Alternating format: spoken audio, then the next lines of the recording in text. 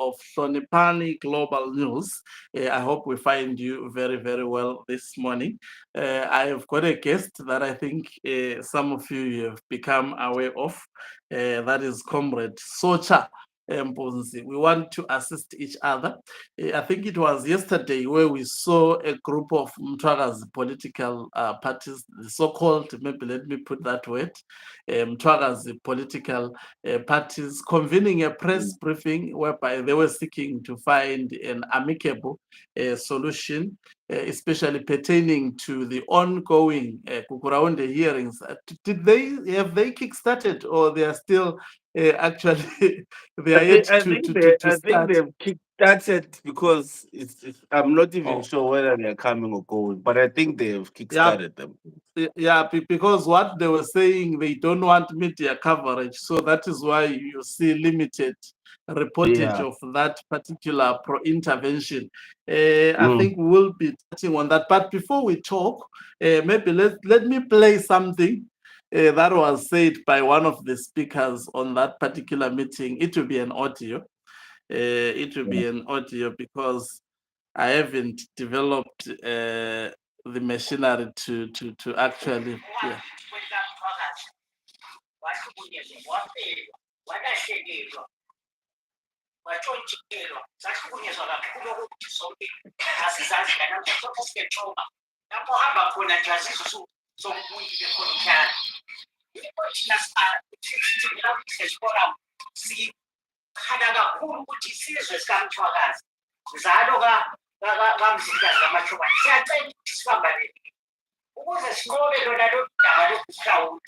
kumele sibamba zonke inhlangano emaphika mfundisi ekamfula o-AM o-MDA o-MLM obhethu wonke nje amabandla abavele ezombangazela ama-civil society organization siyacela ukuthi kakubanjani yiso isikhathi khathi sokubambana yakwazi yona into egukhula uyenze emakhathi esesingayifuni yengasaphisa uJoda nxa sithe sahambana njengesizwe sithiye konke lokhani usolana ukuthethisana sike sikukhile sinqobe ngoba kumele sinqobe and singayikhutha khona asiphindi futhi sikwanise asiphindi senelise izizukulwane nasengesizukulwane esingaka ngifuna sikwazi qiniso ngifuna siphume entweni yona le uthini kwabo ukukhuluma ngozimo uthi uzimo lolutyabe lokho ekulandelela abantwana kuyalandelela isizukulwane besifisa ukuthi njengamathembelele United Forum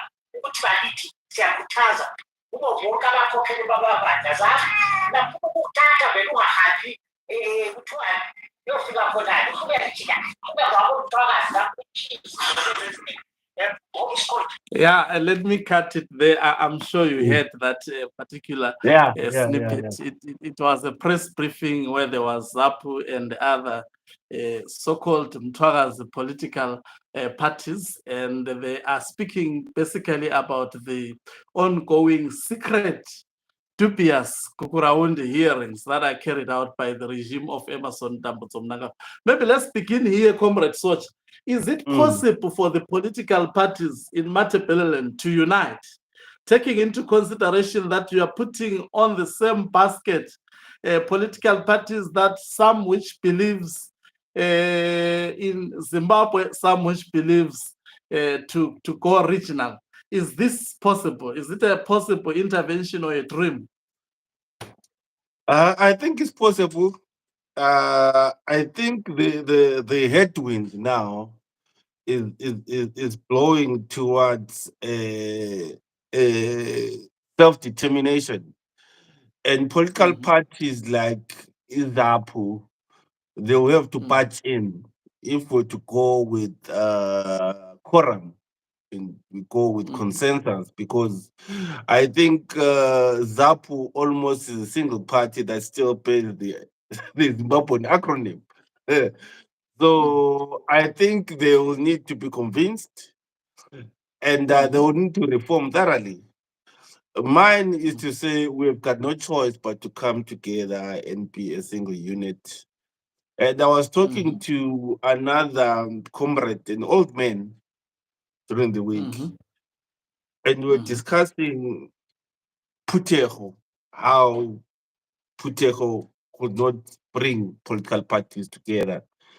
And you said Mhm. one of the things is that the, the the threat and the risk that someone would have worked so hard for their own political party, for their own outfit, and Mhm. the leadership of an alliance effort will want to impose itself, and usually uh, those leaders of those political parties, it's the need for them to maintain their relevance and their positions uh, uh, hinders, because no one wants to put efforts into a basket that to be harvested by another organization, what to speak. But I did tell him that we can come up with a leadership structure that's sort of flexible, that no one should feel that they are essentially throwing their efforts into uplifting another leader Mhm. who's coming with this umbrella organization that might throw them into irrelevance.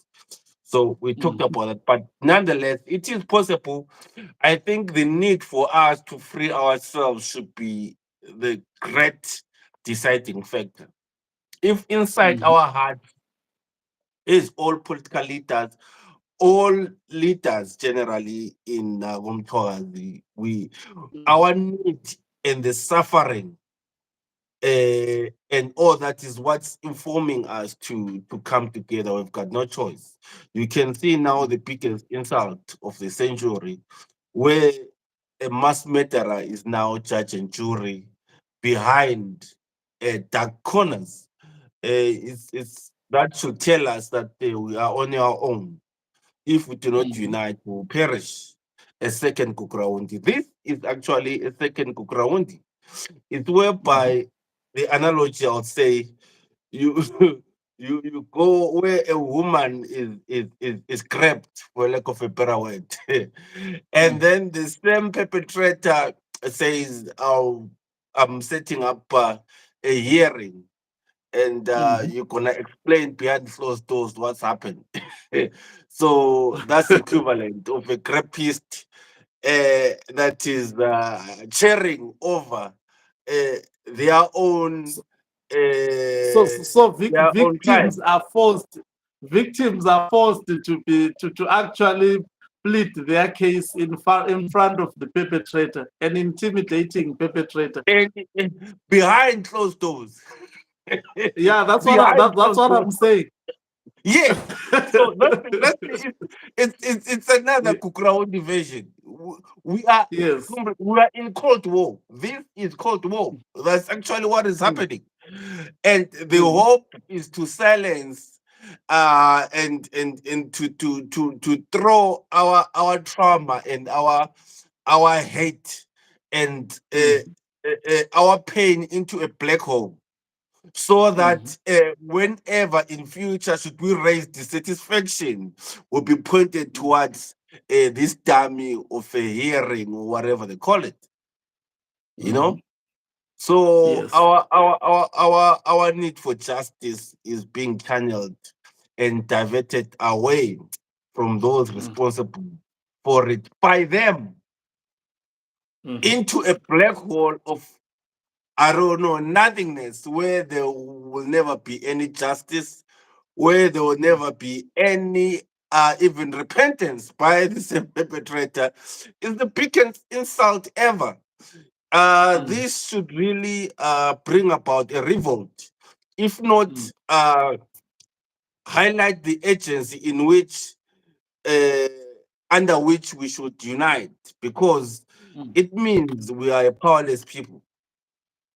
Right. Still speaking about unity, there is something, I think we are together in trying to achieve that.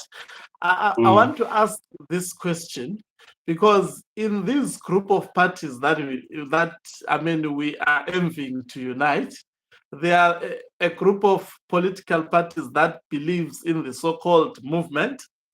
You see, mm, and there are a group of parties that are saying, no, let's use Zimbabwe electoral mm, institutions to actually begin the process.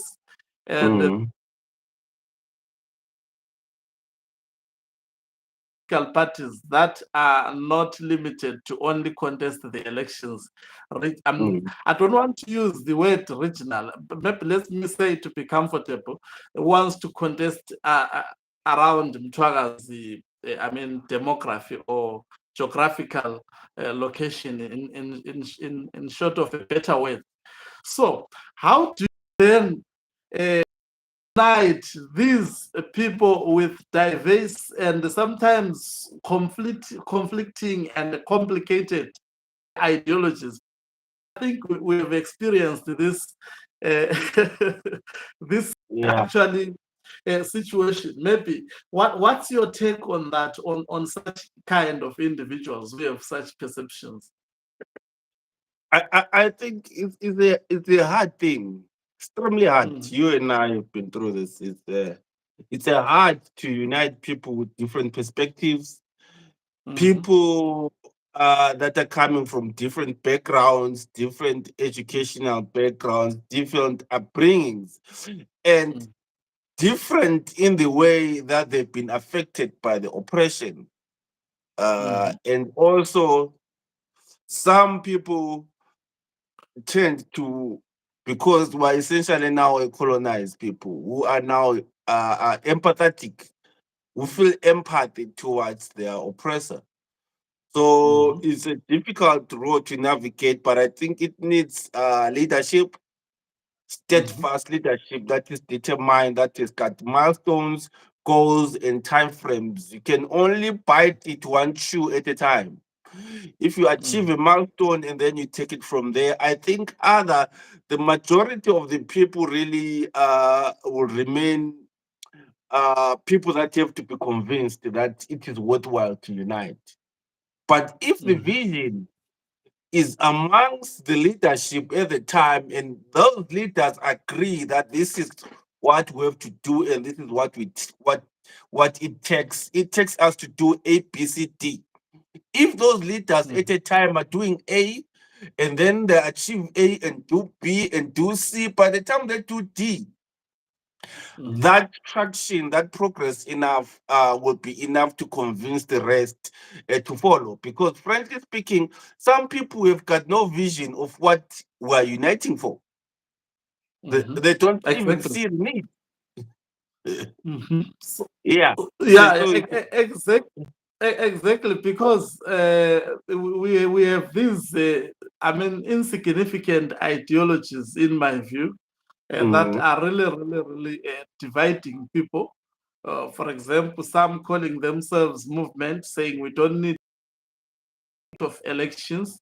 Some saying, we are open to all. Let's begin with democratic processes, if especially they are open to pursue our cause. And we've got some who are saying, no, we believe in Zimbabwe, for example, in the case of ZAPU, but also seemingly projecting themselves as a political institution that represents the interest of Matland. I'm worried about putting such group of political parties together. The feasibility of doing so. I think what has to happen, what I would have loved is those political parties that came together and did the press conference where there was supposed to be a congress of sorts, where everyone was supposed to remove the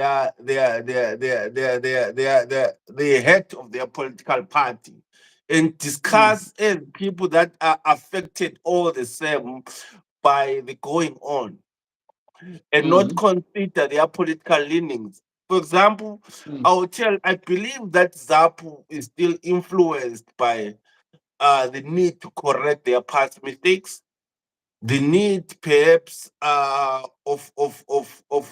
of taking off from where they were essentially destroyed by ZANU-PF. But those means and that need things, the political landscape has changed at the time.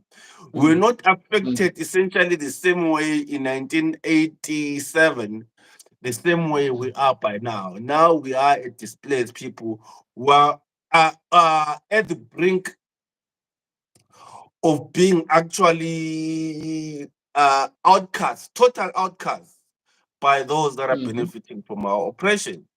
So ZAPU is on with the Zimbabwe acronym is an insult, because I can tell you that it means that there is no repentance on their part, that people were mass murdered in mass for belonging to that political party, and then they have not taken corrective measures to make sure that this never happens. And actually, they've never made efforts of redress to say, we know that you guys were targeted because you were supporting us.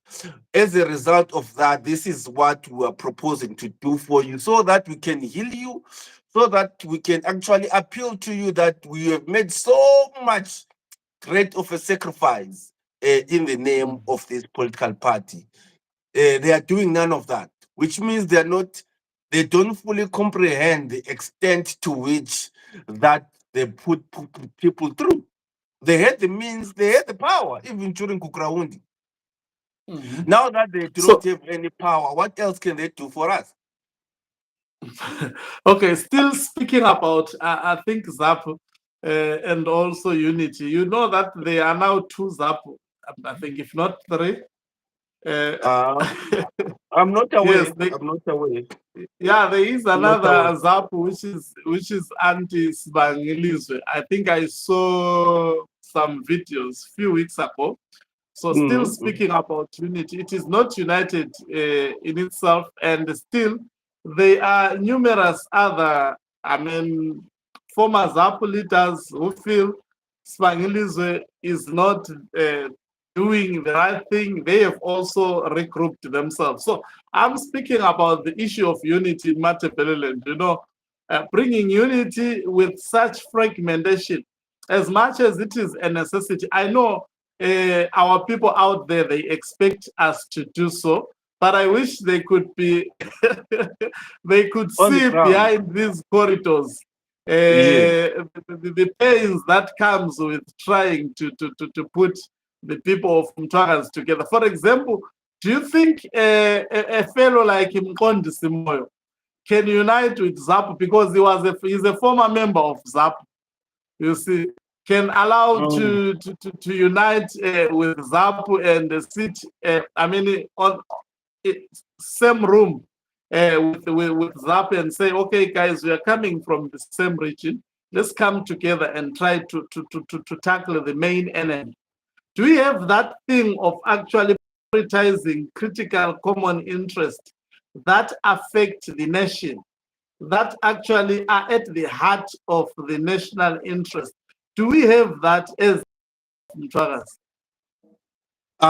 For example, speaking about, well, I don't really want to dwell much on personalities, but like I was saying previously, where people believe that they've become the brand themselves, and not an institution or an organization, their decisions essentially won't be taken based on what is good for the goals of the political party, if the goal of the political party is to free our people from tribal apartheid. The relevance of the persona in charge of that party, whether they become relevant or they want to remain atop, will not matter. But in an instance where I think we've inherited cult politics, perhaps from Robert Mugabe himself, I would say Comrade Mqondisi remains to be convinced that he should join other political parties. I believe that they can. For example, let me tell you one thing that wants us to unite. And I know we just need the right leaders.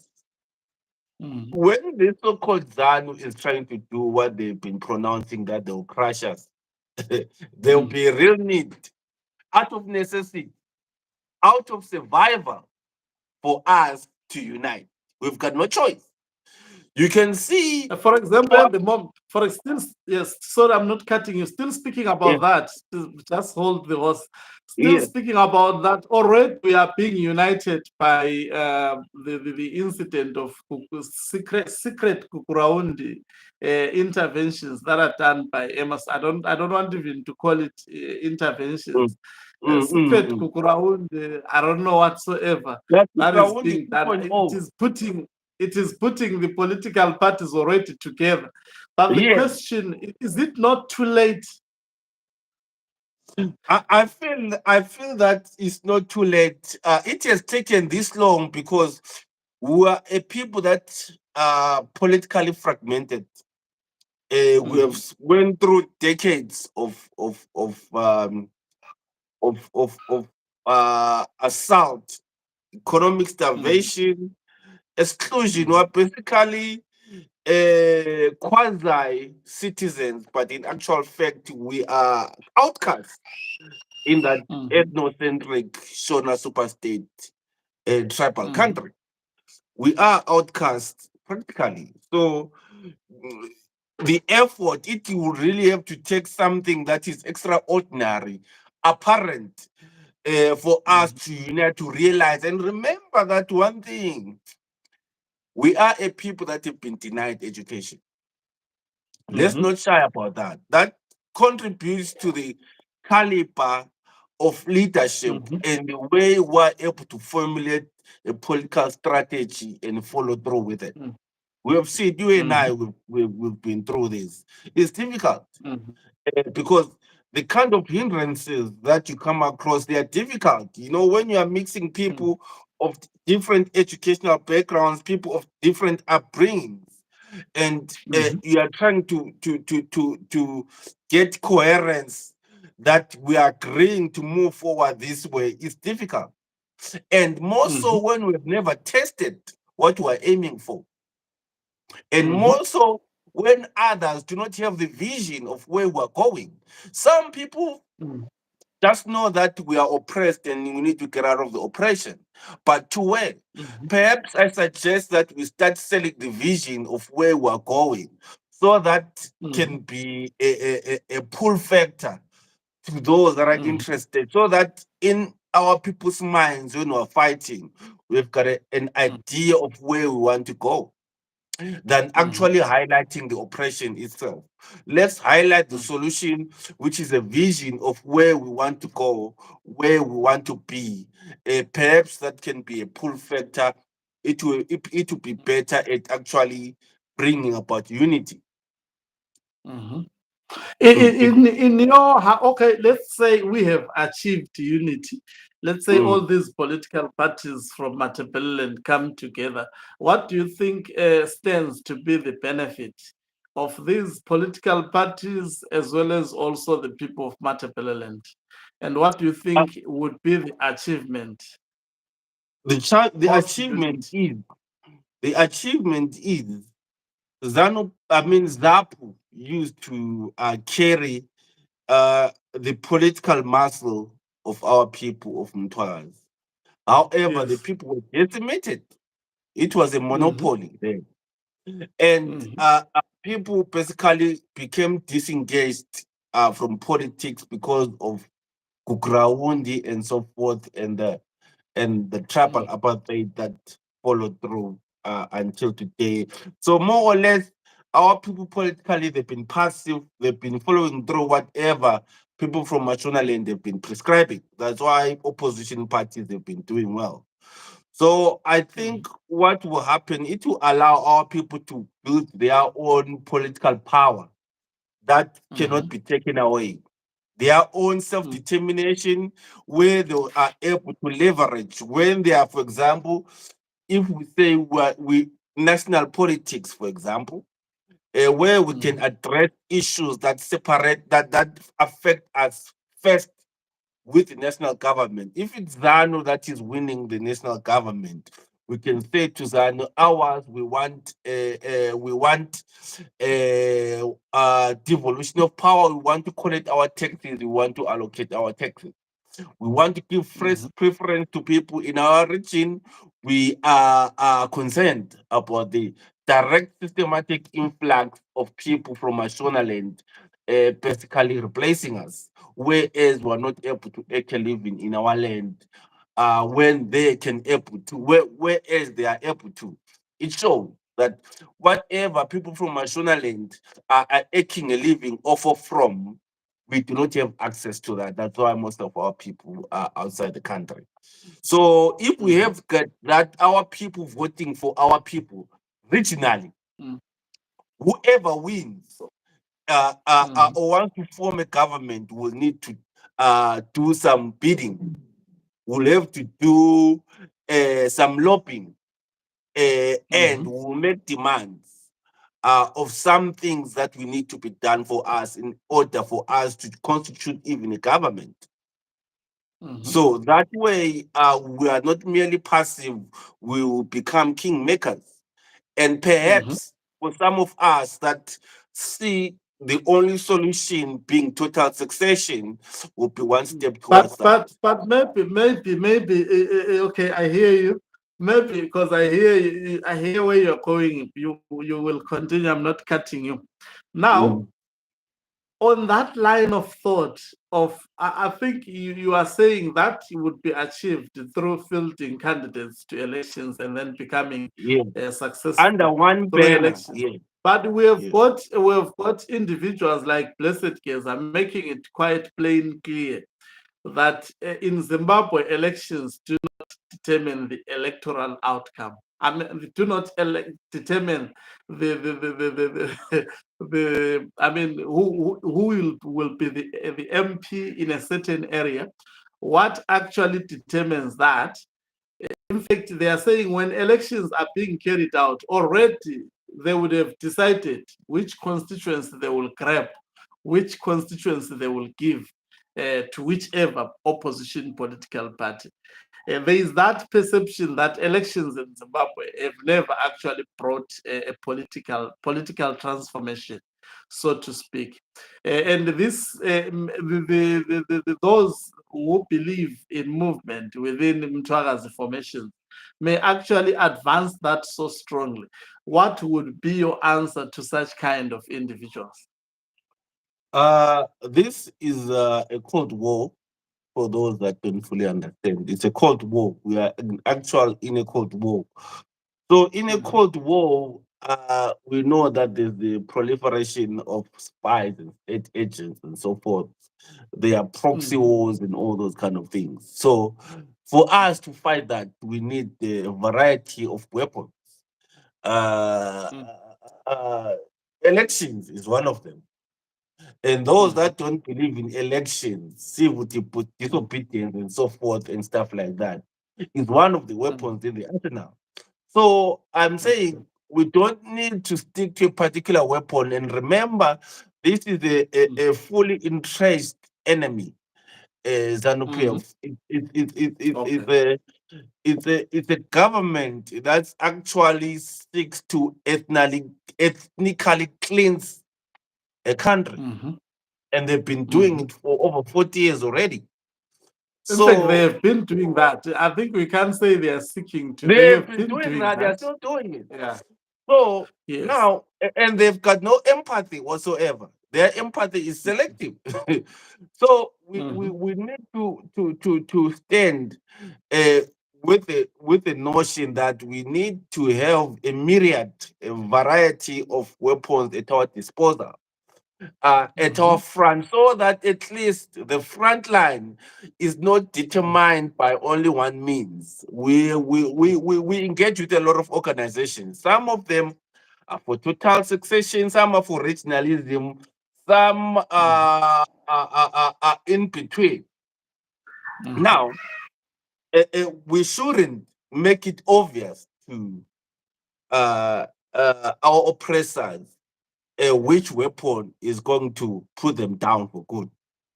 They should know that we have all these kind of political weapons at our disposal. Which one we take out is going to depend on what is relevant at the time and what are they throwing at us. The hint that I'll give to those that are benefiting from our oppression the Kukraundi zealot is, when we were growing up in high school, we learned that the hotter it becomes, the higher the pressure. The more you heat up a liquid, the higher the pressure, and ultimately a combustion is going to happen. More so when that is confined within a small space. So whatever they're throwing at us now, given the volatility of what they are doing with the Kukrawondi hearings, is bound to cause a revolt. And that revolt is going to be a catalyst of what should have happened a long time ago. And I doubt if they are going to be able to arrest the political situation at the time. Because our people have endured so much the anger, the pain, and the suffering of being stigmatized because of belonging to a country that is a shithole, a country that is a failed state. You are expected to be patriotic when the very foundations of that country is actually the mass matter of your people. And the people that are supposed to be your compatriots, you let and hold in high regard the mass matter of your people.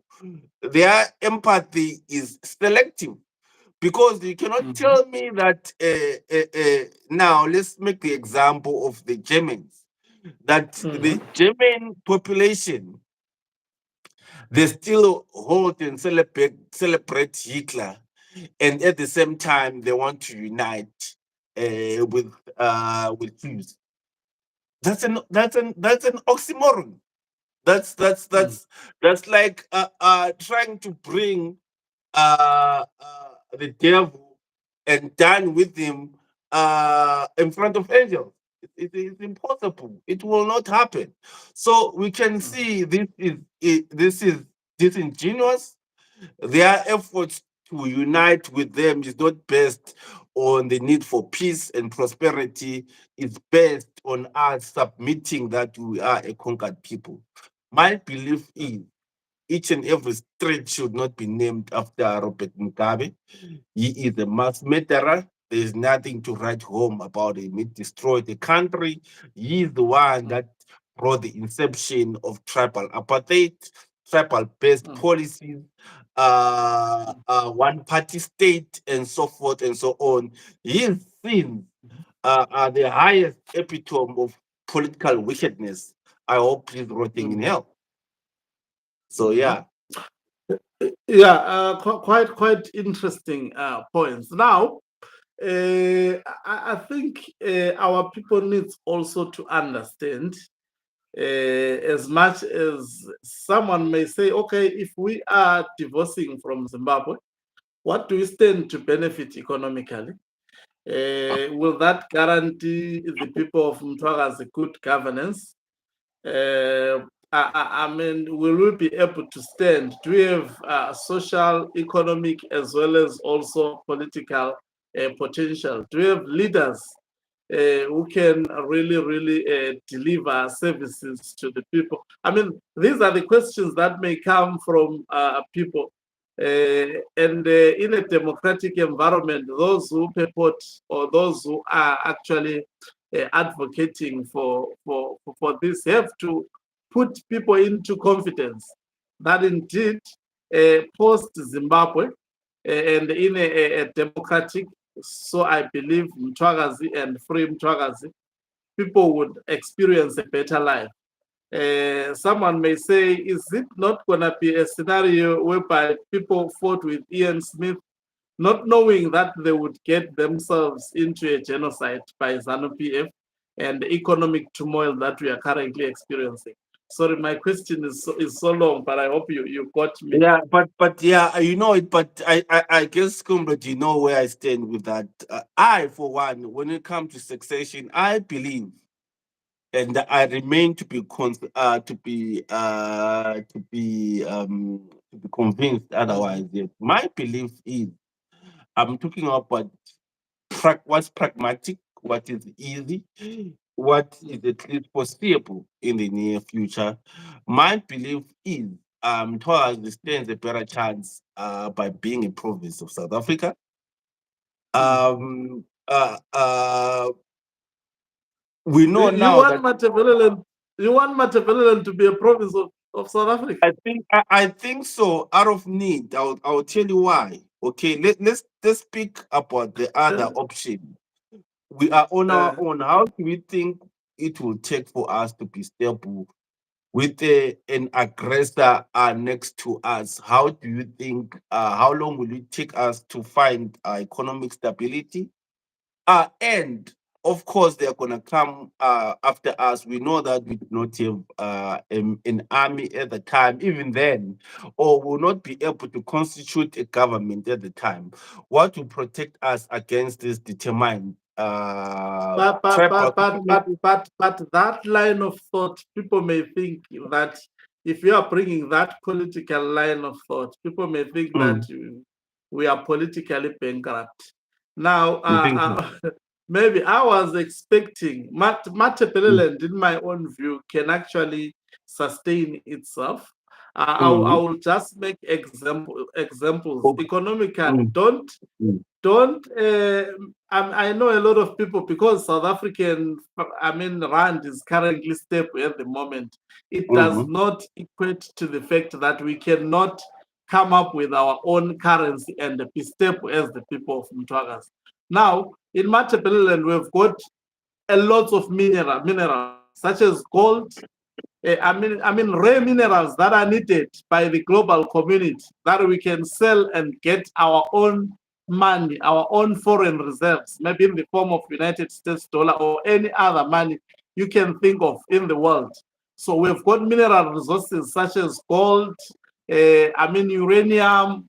We've got, there is also lithium. I saw an interview with this white man. There is a lithium plant that they have opened also in Matabeleland. There is a lot of lithium.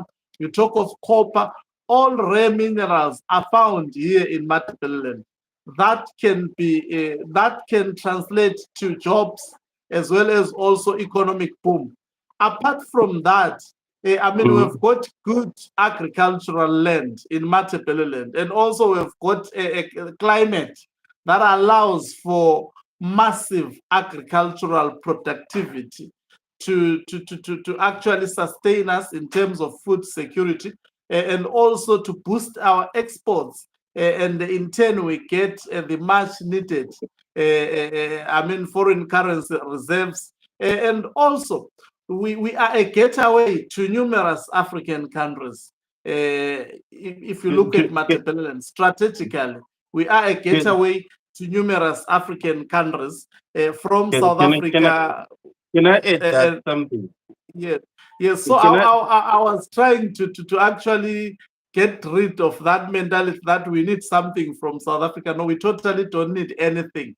Okay, okay. Matabeleland as a nation is able to build its own currency, is able to build its own economy. It is able to be actually a sovereign state. Build its own, build or manufacture. It is a country that can stand alone on its own. Okay, It is okay, actually okay. massive potential. Yes. Let's pinpoint exactly the what we're talking about economy. I'll explain, for example, what a modern economy needs. I get those are natural resources, but we're now talking about a mixed economy, the economy of the future, the economies that are really thriving. What you need in economy, of course, you're going to have primary means of production, your farming, your mining, but not only that, you need financial institutions. You need the stability of the currency itself. The currency, remember that the stability of the currency is determined by actually more also about the size of your population itself plays a large part in determining how much big is your economy. Your own economy can only be that big as your population. No, and but at the no, same time, I don't believe in that. If you look, let me speak. okay, Let me continue. Let me continue. yes. No, I mean, I wanted to make an example that we've got a developed. For example, Britain. It's a very, very small country. Do you know that? But It's we know Britain that is an imperial state. Those Mm. resources are not necessarily coming from them. And Britain, again, it's the number Not one only leading. that, I think we've got numerous European countries which are very, very small compared to Mthwakazi, and even African Yeah, countries but which are quite small but those progressive countries economically. belong to the European Union. Most of the countries that are not doing well in Eastern Europe, they are not part of the European Union. Their trade and reach in terms of market is outside it's not determined by their neighbors. They've got the whole European Union to sell and trade with. They are part of the EU, and they are also using the European Union, the euro, the majority of them. So their economy more or less is not determined by exactly what's going on, the resources that they have. Let me tell you one thing. My line of thought is uh, we need banking institutions. We need banking institutions and setting But up a government. that can be And, created out of local people. That wait, can be. and we need to create markets. Having resources and being able to take them to market are two different things. I mean, as long as you And are okay, as long as you are a democratic country, it becomes so easier. You know, Zimbabwe is prohibited from selling some of its minerals for in example, proper I global can tell markets you this: because we are a landlocked country essentially. So yes. some of the emerging and stronger markets like China and whatsoever will not have direct access to it. So we must always think using that. That's one advantage of what I was saying at the same time. And two, But if you I say can you want, uh, and then uh, two, the two and most important one is mhm. we are not going to be let go that easily. We will stand and pose a risk of being attacked. Always. But the thing is, if we tell our people that we want to free you from Zimbabwe and make you to be a colony of South Africa, I don't think that will Not a succeed. colony, not a colony. I Yeah, said a yeah, province. because if you are saying you want Mthwakazi to be a province of South Africa, that is exactly what we are subjecting ourselves to. Because Matabeleland was a sovereign state. Now, if we are saying we want to take it from Zimbabwe and now place it under South Africa, what is the difference now? I think this is more about preserving our nation as a people that belong to Mthwakazi and surviving. I can tell you now, if of which I believe that we will succeed, separate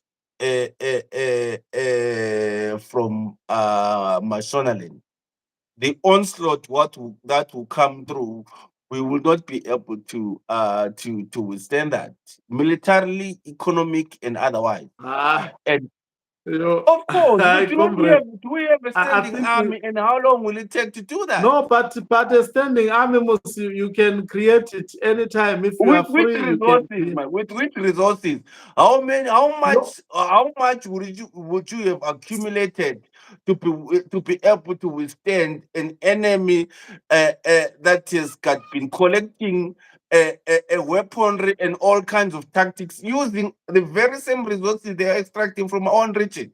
Do you mean to tell me? Let's say this year we do a referendum and we were successful, and then the following year or a few months from now, they send their army towards us.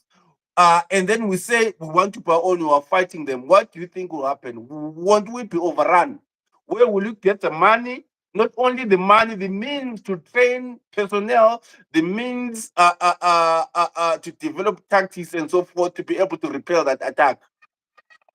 Won't we so be in in a your own perpetual view, war with them fighting off instead of building a nation or getting our people out of poverty? Okay, so I mean, I'm a little bit getting lost. Now, if we are saying we want to place Mthwakazi under South Africa, I think we may lose the plot because, for example, as we speak at the moment, ANC and ZANU-PF, they are good parties. There is absolutely no way they will allow such a political arrangement. I think that ANC will not always be in power. And I'm saying this out of total necessity. I'm being pragmatic. And I'm telling you that we do not have the means, both economically, But both means, militarily, but but to but repel. means, comrade, can always be developed. Means can always But be the point is, developed. for how long? For example, Remember no. that. Okay, let's make this Let's point. For say, example, are you willing? Are you willing to engage in a perpetual a war, be it a cold war, an actual upfront war for the next 15, 20 years, repelling the Zimbabwean government when they are trying to basically take back their land or trying to conquer us again instead of building a nation? Are you prepared? Let's say there are no, people that will be willing you to know, do that. but let me tell you one thing. If you bring such a perception of wanting to build Mthwakazi through another nation, I don't think people would buy into that. Because I think. I think as a nation, you should take people into confidence that Mthwakazi on its own can stand up on its own, build its own institutions, build its own capabilities. Just like if you look all the countries in the world, that even United States of America, it was once a colony. As soon as it freed itself, it started to build itself where it is now. It was never helped by any other country. uh, Even uh, uh, Zimbabwe, we are talking about since 1980 they have actually looked for their own friends, tried to build their own economy, their own institutions, though they have failed so dismal. uh, uh, But uh, in my own view, uh, I'm not saying that it's impossible.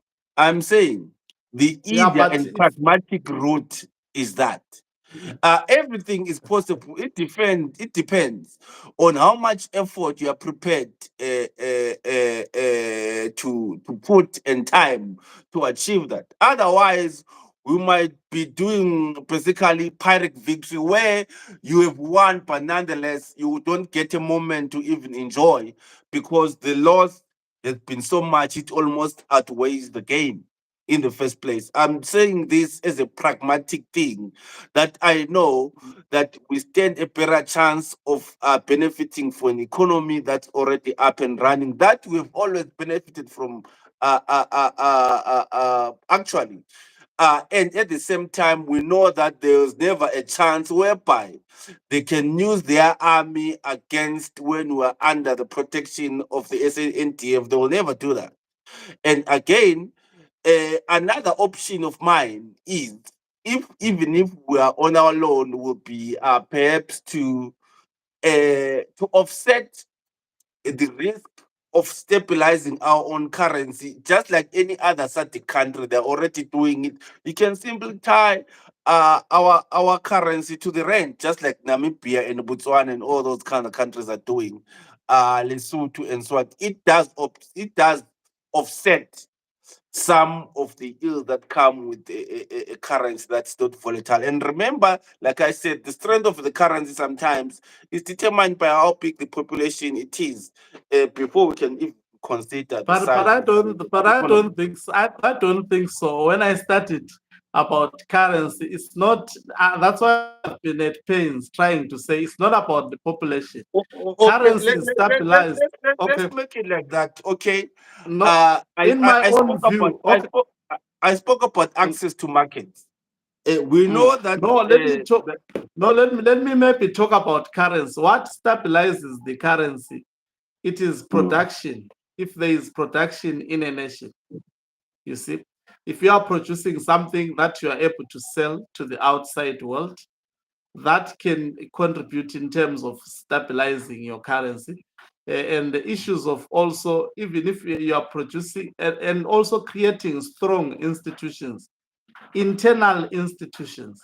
Now, relying on a certain country in Africa to actually stabilize us, I think if we we're say, relying on an economy. Let me tell you exactly Mhm. the how the economy, the strength of economy is determined.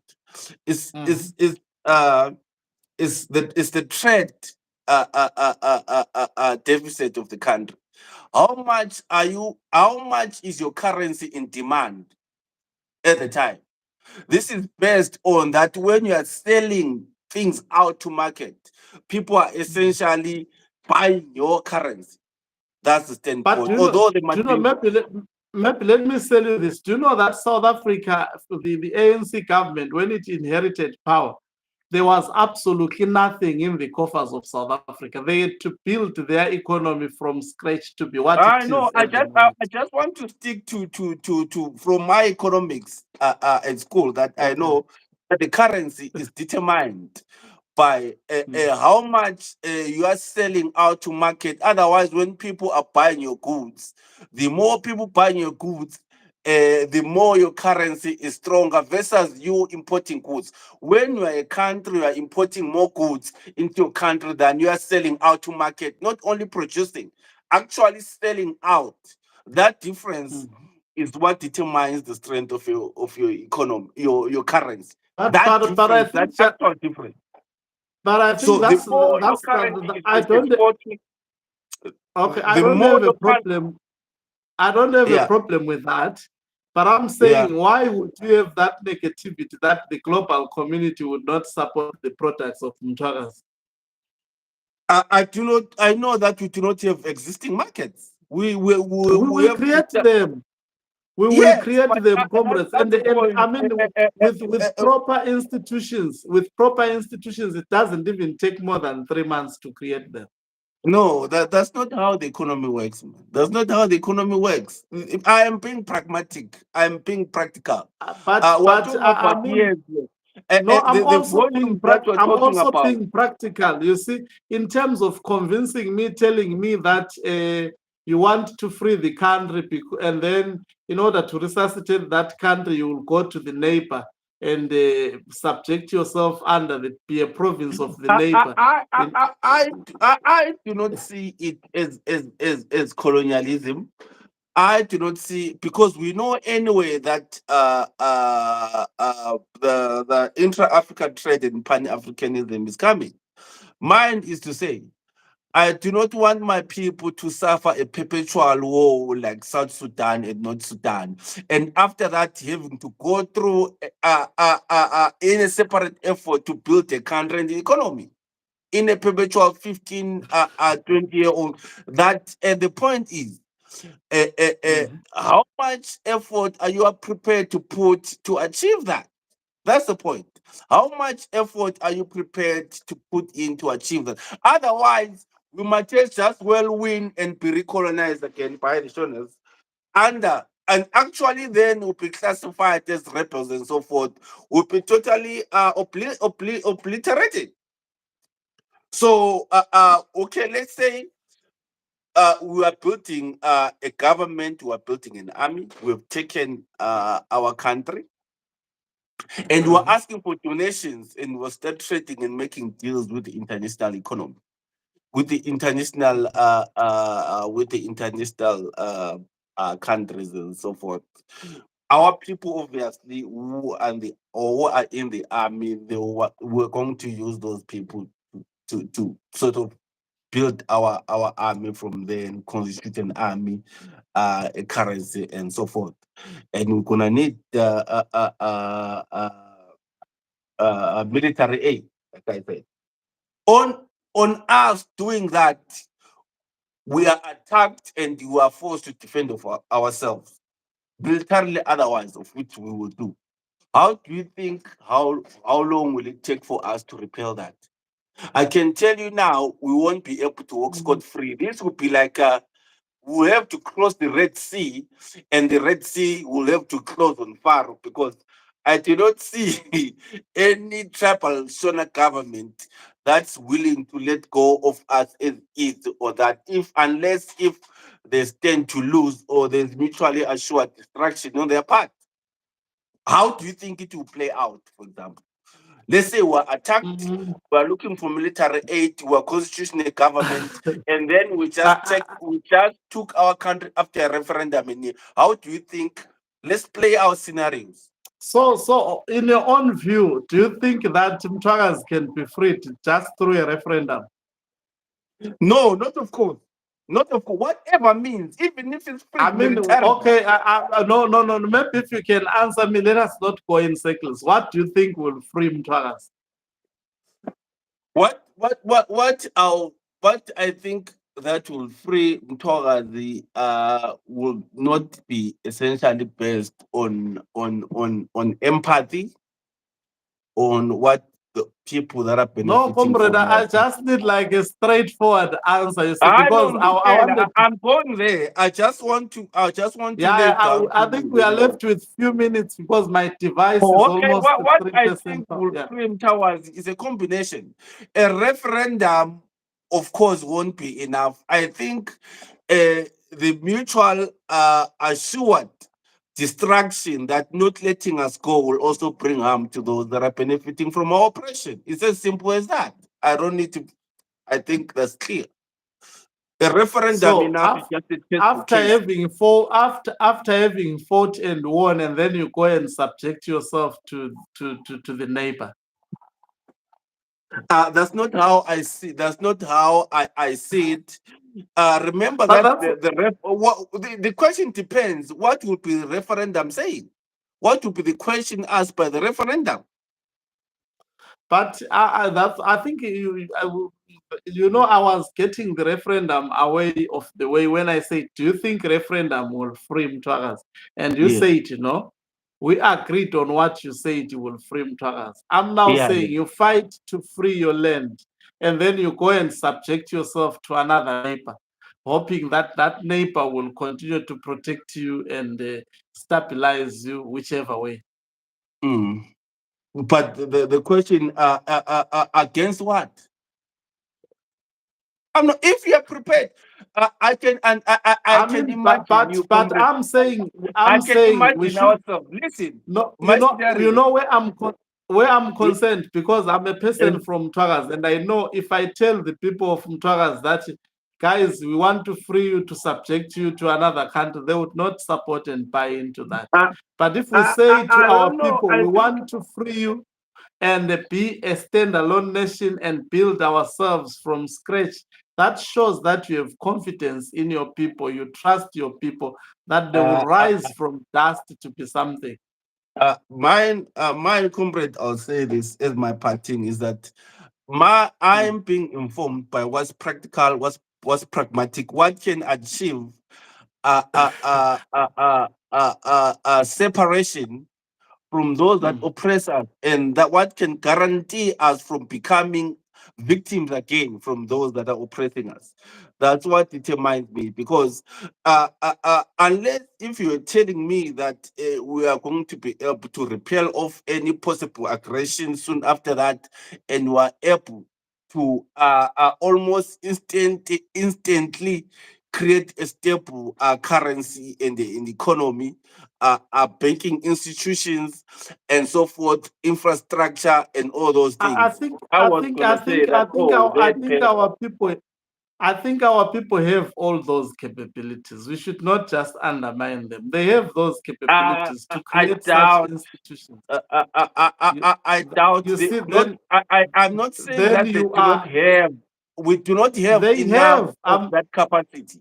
We do we not have have enough of that enough capacity. capacity. I mean, we definitely have enough capacity, comrade. Believe in me, our people have enough capacity to stand alone, to be Okay, a nation and build. let's discuss this next time. Let's Okay. discuss how long it takes to, I mean, not how long, what it takes to build a country and administration Uh-huh. and economy and so forth. Let's talk about that this time. Perhaps some of the things that we're talking about will be highlighted as we are developing the vision of what kind of a country we want, because we might not be fully aware what is needed, what it takes, and so forth. So rather, let's look at the effort and what it means to achieve that. Maybe will be best on Okay, the comrade. No, I don't know. I don't want to cut you. It was an interesting discussion. I think anytime from now the device will switch off. Let me thank you for coming through, and then we will continue. I think this discussion some other time. An interesting discussion. Or thank you.